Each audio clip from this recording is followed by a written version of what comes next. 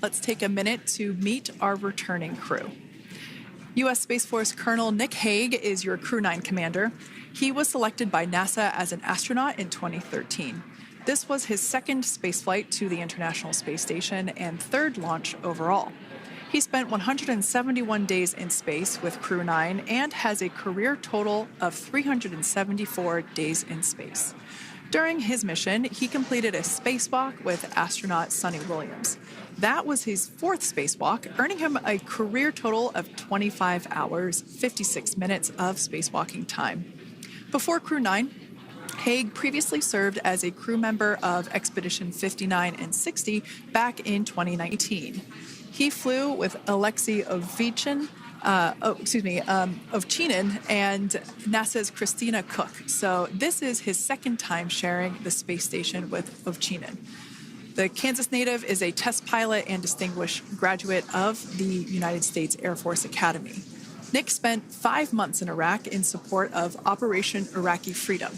He voluntarily transferred from the United States Air Force to U.S. Space Force in 2021 and is an active colonel. His wife, Katie, is a retired U.S. Air Force colonel, and they have 2 sons.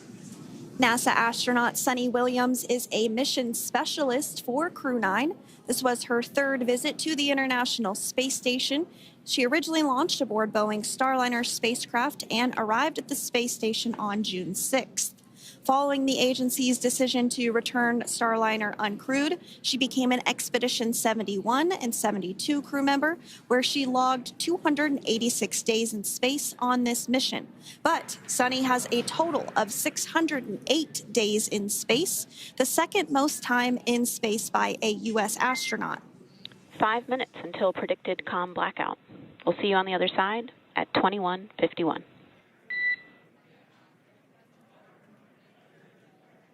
21:51. Talk to you soon.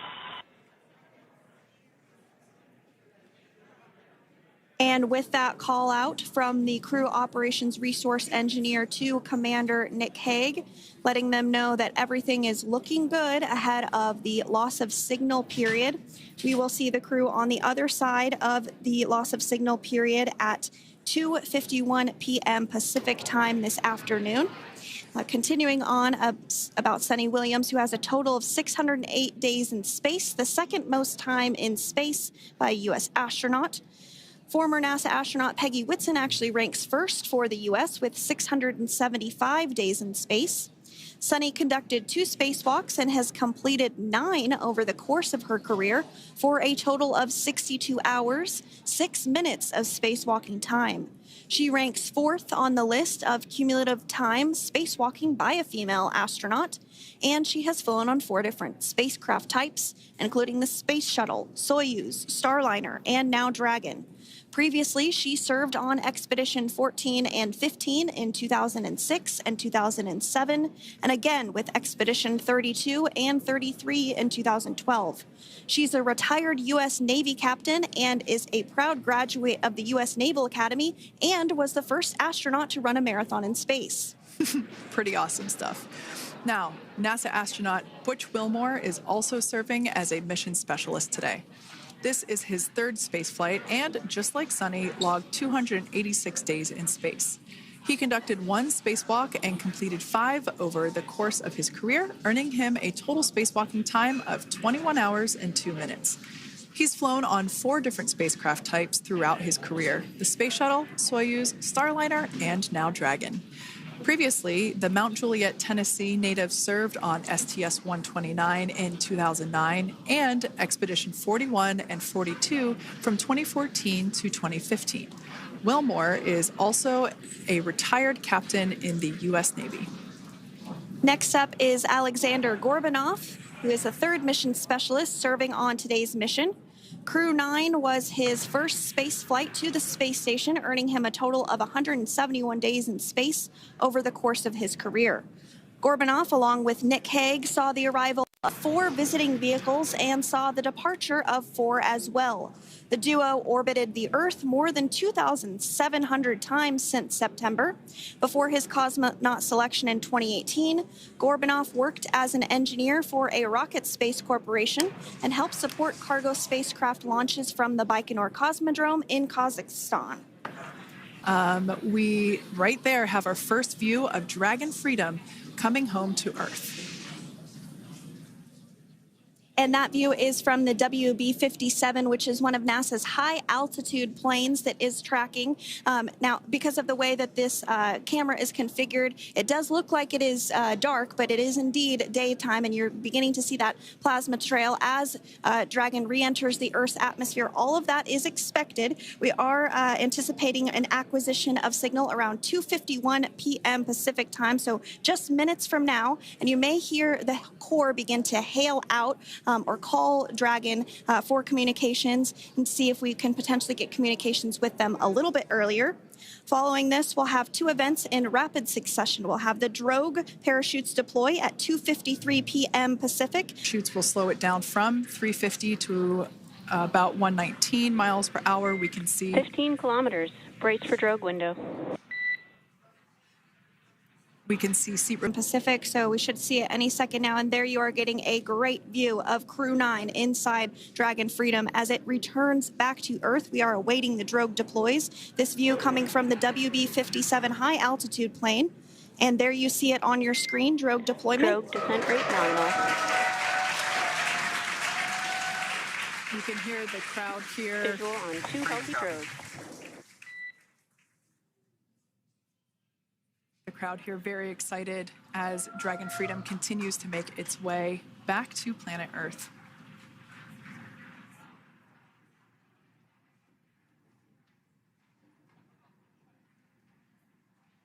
Next up, we'll stand by for the main deployment of the parachutes. The mains are quite a bit larger. You'll be able to notice the difference on your screen once they deploy, and they continue to ensure that the Dragon spacecraft slows down even further. As we mentioned, Freedom will be traveling 16 miles per hour when it splashes down off the coast of Tallahassee, Florida, here at 2:57 p.m. Pacific time this afternoon. And there we go. We have visual on 4 healthy mains. That view was from inside. Freedom copy. That view was from inside one of the buckets where the parachutes are located. So we see a great view there of the reefing on those parachutes. And as those main parachutes begin to inflate fully, 4 beautiful, healthy mains. Now awaiting visuals of Splashdown. Freedom, 1,000. We'll start to hear Commander Nick Hague. Copy, 1,000. As we heard right there, Commander Nick Hague will be calling out the altitude of the Dragon capsule from here on out. Landing in water is simpler and provides more margin against unlikely parachute issues. You can see those parachutes continuing to slow the Dragon capsule down. And if you're just joining us, you're looking at 800 meters. a live view of Crew-9 just minutes away from splashing down off the coast of Tallahassee, Florida. Splashdown 2 minutes from now at 2:57 p.m. Pacific. We do have 4 healthy mains really doing the job there. Just breathtaking views of a calm, glass-like ocean off the coast of Tallahassee, Florida. Crew-9 just minutes away from splashing down. This is really such an incredible shot. Copy, 600. That was a live view from our recovery vessel, Megan, which is stationed a couple miles away from the splashdown site. We can see the crew there using their restraints as resting places for their arms. They were just in space moments ago, so their arms were able to float freely. 400 meters. This is a gorgeous bluebird day here that we have for the splashdown of Crew-9. It's incredible to think that the Dragon capsule just minutes ago was going over 17,000 miles per hour, and now gently coasting to a soft splashdown. 200. Copy, 200 meters. Brace for splashdown.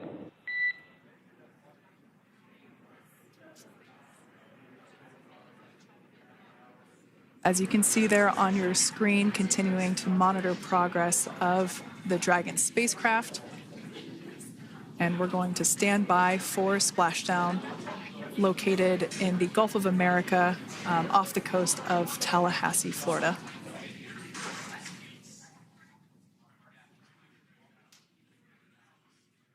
And splashdown, Crew-9 back on Earth.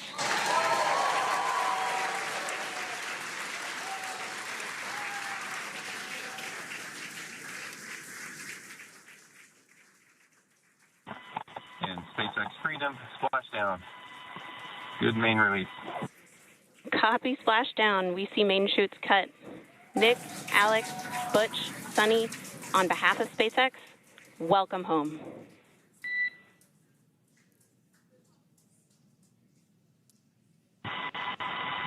It is an amazing, what a ride. I see a capsule full of grins ear to ear.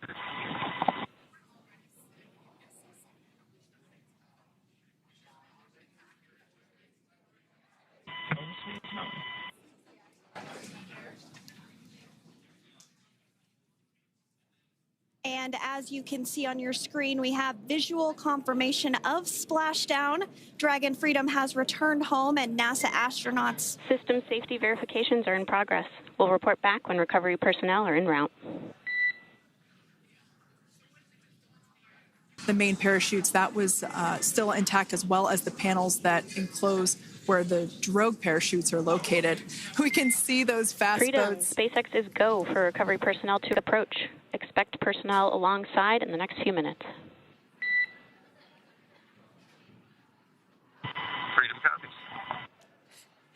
We can see those fast boats. We weren't kidding when we said they were fast. While it does take about 30 minutes for the main recovery vessel to make its way over to the capsule, these fast boats will be doing a couple of things simultaneously. A couple of them are going to be working to retrieve the parachutes that you see in the background there of this drone shot.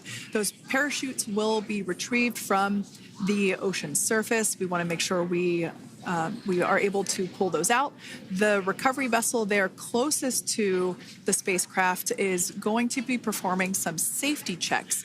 We can see there they're using an instrument that is basically working to detect if there are any hypergolic vapors or fumes that are still residing in and or around the Draco thruster nozzles or outlets. The hypergolic fuel, which is necessary for on-orbit burns to maneuver the spacecraft. Unfortunately, those hypergolics are unable to be breathed. They are toxic, and so this team here is doing those initial safety checks to make sure that it is safe for the rest of the recovery team to approach the spacecraft. They're also checking to make sure that any residuals from the pyros are safe and are not going to cause any issues. We can see the team working their way around the spacecraft to do these basically these sniff tests on all of those Draco thrusters. And as we continue to await the recovery of our Dragon spacecraft with NASA astronauts Nick Hague, Suni Williams, Butch Wilmore, and Roscosmos cosmonaut Aleksandr Gorbunov inside, Dragon has autonomously completed several steps to safe itself following splashdown.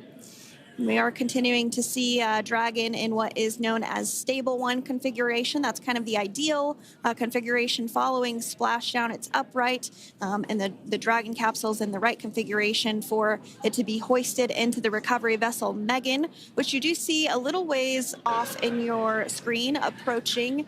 Dragon will continue to remain live on air with you through that recovery process, all the way through the point where the crew is extracted from the Dragon spacecraft. Now, if you are just joining us, the mission has gone smoothly so far. Dragon successfully splashed down off the coast of Tallahassee, Florida at 2:57 p.m. Pacific, 5:57 p.m. Eastern Time this afternoon. Approximately 17 hours prior to splashdown, Dragon autonomously undocked from the International Space Station, completed a series of departure burns, jettisoned its trunk section, and performed its final burn, the deorbit burn. This placed the Dragon spacecraft on a trajectory toward Tallahassee, Florida. Dragon successfully re-entered the Earth's atmosphere, followed by deployment of its parachutes to slow the spacecraft down to a gentle splashdown. We're now going to follow the Freedom. Hypergol sweeps and unfired ordnance checks are nominal. Rigging is in progress. Approximately 25 minutes until capsule lift. Stand by for PMC with SpaceX flight surgeon.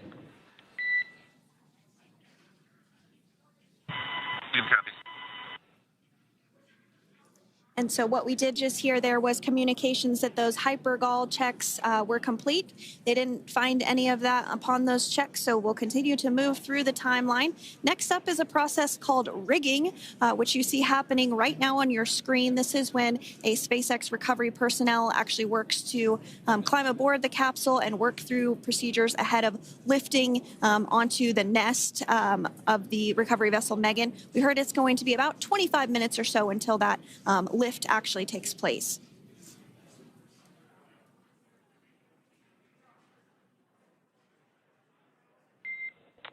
Okay, Freedom, the next call will be from the SpaceX flight surgeon on Dragon to Ground Private. Understand. Thank you. callouts there indicating that the crew will have the opportunity to do a quick check-in with the SpaceX flight surgeon. This is standard procedure for every Dragon spacecraft when it returns to Earth. It's just an initial check-in, make sure everybody is doing okay. They will also have another check-in with the flight surgeon once they are on board that recovery vessel that you see there in the background. We can now see that SpaceX recovery team member there. It's Nick Hague, Butch Wilmore, Suni Williams, and Roscosmos cosmonaut Aleksandr Gorbunov. They're now working through procedures to hoist this spacecraft up onto the recovery vessel Megan. We just saw that hydraulic arm get lowered into the lifting position. That arm will be the mechanism that is utilized to lift Dragon up and out of the water and into the nest located there at the aft end of the recovery vessel. And the recovery vessel being used today is, as we mentioned multiple times, is named Megan, but that's actually after NASA astronaut Megan McArthur, who flew on Crew-9 a couple of years ago.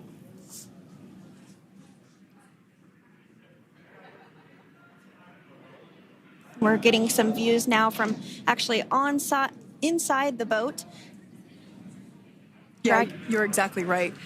This view is straight down the recovery vessel. That platform that was closest to the camera, that is the egress platform. Freedom. Rigging is almost complete. Approximately 5 minutes until capsule lift. Great news there from SpaceX Core. So about 5 minutes left until we see Dragon Freedom get lifted out of the water. That hydraulic arm, as I said before, is the mechanism that will lift it. It's quite swift, actually, the whole process of getting the spacecraft. Brace for capsule lift. Bracing. There it goes, Dragon Freedom being lifted out of the water and onto our recovery vessel, Megan.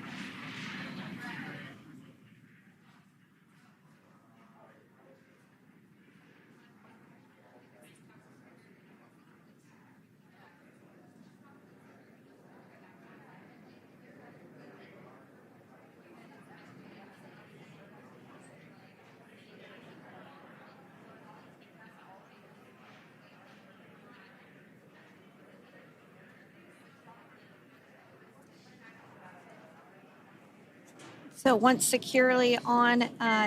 Welcome aboard the recovery vessel. Recovery personnel are completing final checks and stand by for translation to the egress platform. Freedom copies. Great news there, letting us know that Dragon Freedom has been successfully recovered from the water's surface. If you've just joined us, we had an on-time splashdown at 5:57 p.m. Eastern Time. and we can now see that the water recovery operations are continuing to progress. The nest where the Dragon spacecraft is located is going to get moved forward. This will happen after one of the recovery crew members does some checks, and we'll also see some hosing. Obviously, the spacecraft splashed down in salt water. Salt water is corrosive, and we want to try and rinse out as much of the salt water as possible to reduce that corrosion on the metallic structures. So we can see some guidance there being provided, really steering the spacecraft properly into the Dragon's nest. And it's been 30 minutes since Dragon splashed down, and as you can see there, the spacecraft is already on board the recovery vessel Megan. Things continuing to move very smoothly today throughout the entire operations from the deorbit burn up until this point as well. And Freedom, it looks like the positioning wasn't quite right, so they are working on repositioning the capsule in the nest now. Okay, copy that. Thanks. And with that, the team is just going to adjust the Dragon spacecraft a bit so that it's in the right position ahead of translating up a little bit closer ahead of the side hatch. So the team is now going to step through the procedures to ensure that that takes place. While Dragon does fly itself autonomously, it clearly is unable to park itself autonomously. We want to make sure that the Dragon capsule is properly seated there in that nest.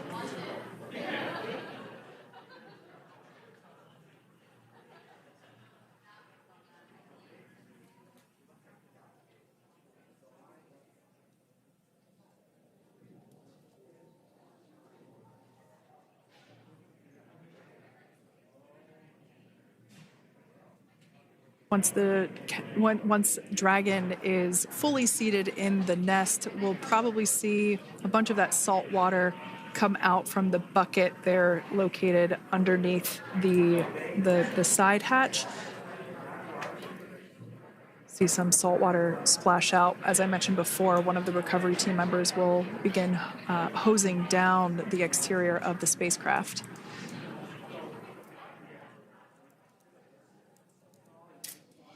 So you are continuing to get some great live views on your screen of Crew-9, which includes NASA astronauts Nick Hague, Suni Williams, Butch Wilmore, and Roscosmos cosmonaut Aleksandr Gorbunov, who splashed down off the coast of Tallahassee, Florida, 2:57 p.m. Pacific time this afternoon. Now working to get that spacecraft situated in the nest. Just making some final adjustments and tweaks to ensure that it's nice and secure.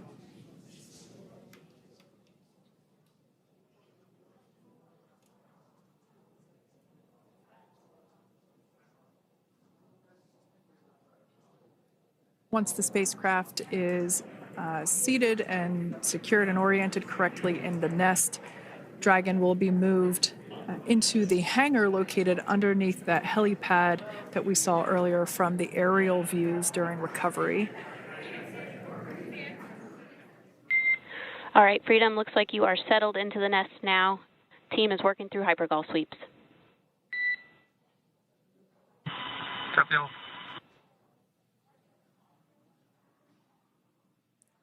Call out there telling us that the recovery team is doing the second round of those hypergolic sweeps.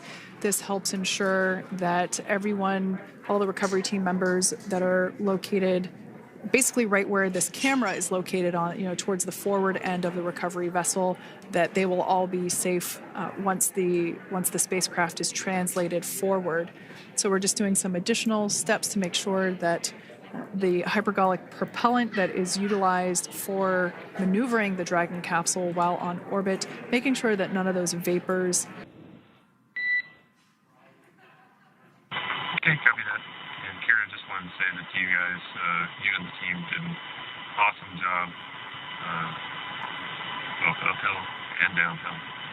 Just really impressed. Thank you. Thanks, Nick. It's been an honor. This is a pretty exciting moment coming up. We are working to open the side hatch.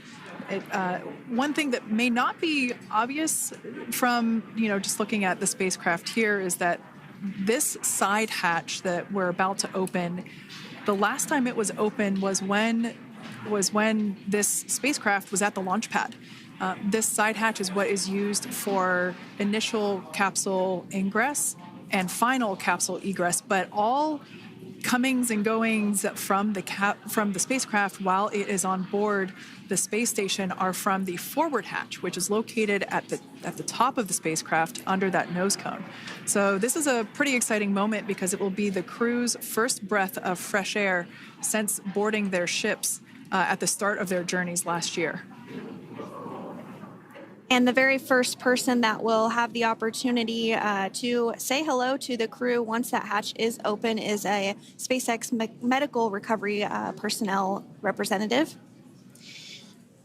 Then we'll see procedures take place to remove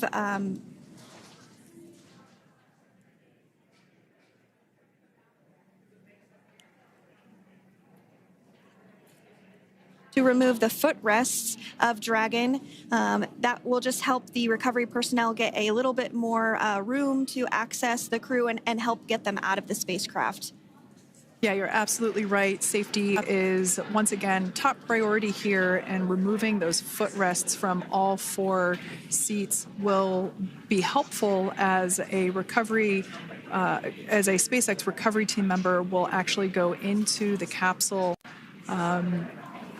into Dragon Freedom to help the crew members unbuckle and stand up, and essentially we'll also see a fun little slide be put in place to help the crew members exit the spacecraft safely. So yeah, we're going to remove all 4 of those footrests to basically give a little bit more working room inside the spacecraft.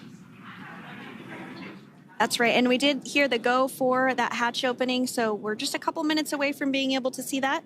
And then we might be able to get the chance to see a couple of views inside of the Dragon and see the crew following their splashdown.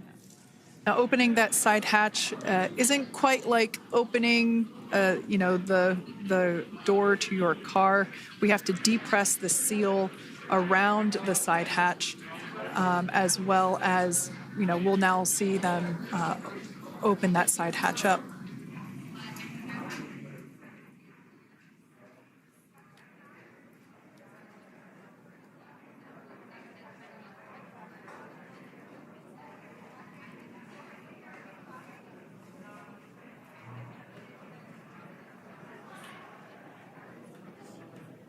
And there you have it. The side hatch is open for the first time since September.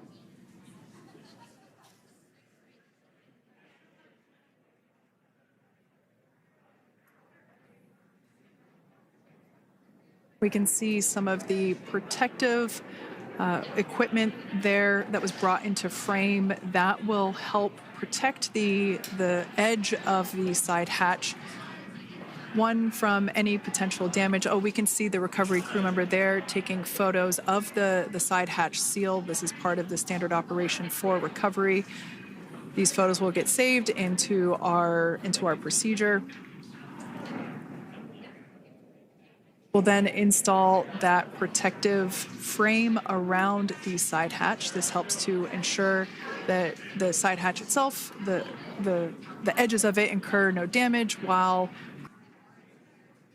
now generally speaking, and there we do see Crew-9, some happy waves, smiles all around back on Earth.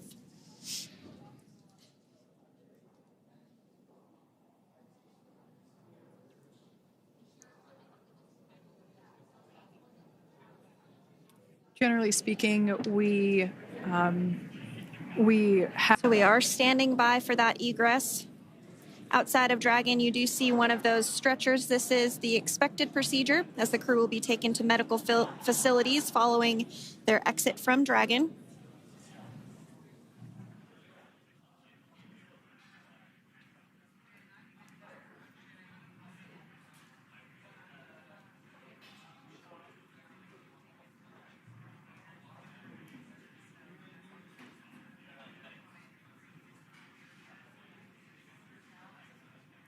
We can see folks on board clapping as our first crew member.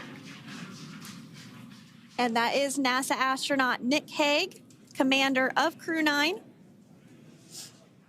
now out of Crew Dragon Freedom. Some smiles, thumbs up, and a wave. Can't get any better than that. Yeah, that is one happy camper, that's for sure. As we said before, it is standard procedure for all of our long-duration crew members to receive assistance upon egressing from the spacecraft. We basically help them move off of the recovery deck and into the private medical quarters for their initial consultation with the SpaceX flight surgeon. So we'll see that take place for all 4 of our crew members today.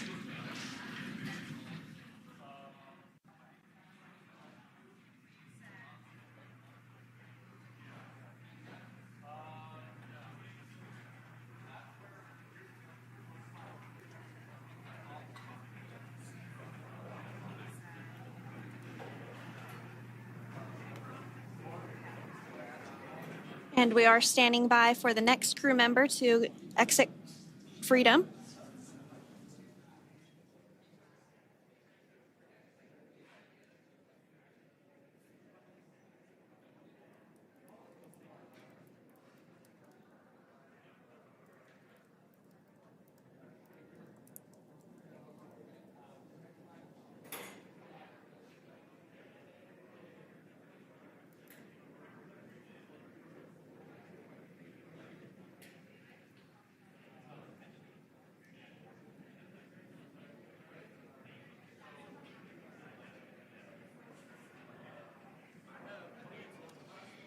Next up out of the capsule, we expect Roscosmos cosmonaut Aleksandr Gorbunov.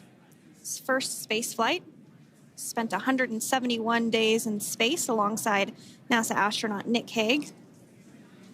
Looks like we're getting some cheers and clapping on board as Alexander is slid down the little ramp and placed into the mobility aid. Once again, big smile.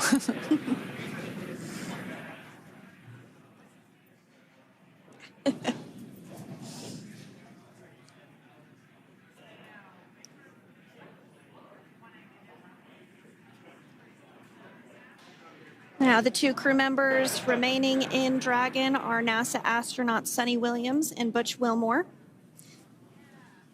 They completed 286 days in space. One of the remaining footrests being removed from the Dragon spacecraft.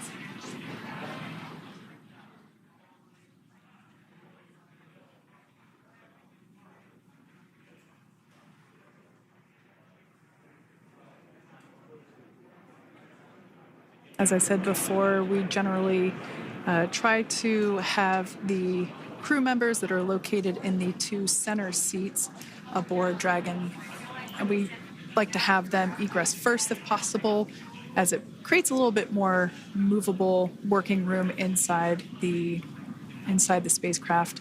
There is a recovery crew member inside that is helping all of our Crew-9 crew egress or exit from the spacecraft.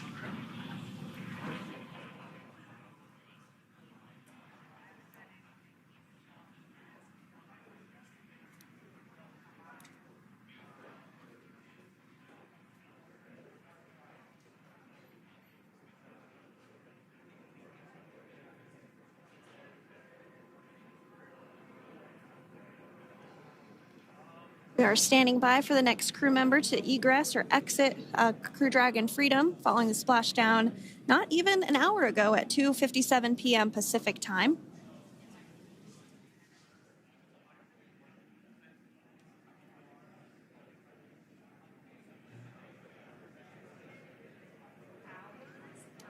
Really have the recovery operations down pretty quick at this point.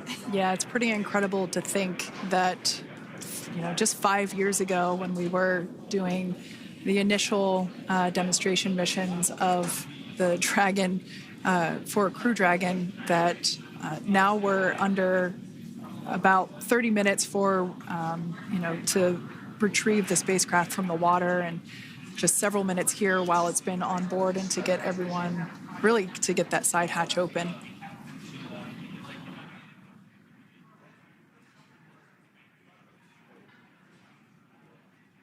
For those of you that have just recently joined, the Dragon had an on-time splashdown. It looks like we're getting our next crew member here. That is none other than Suni Williams. Big smile, big waves. She, like her other crew members, now will be assisted onto the mobility aid.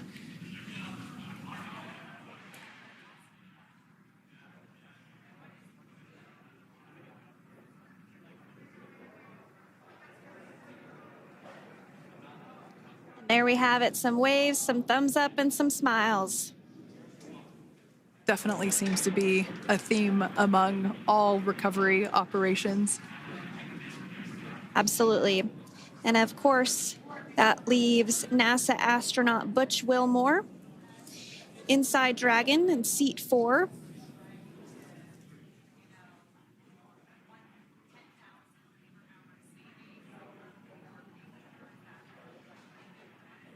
We're getting some views of him now as he egresses or exits the spacecraft.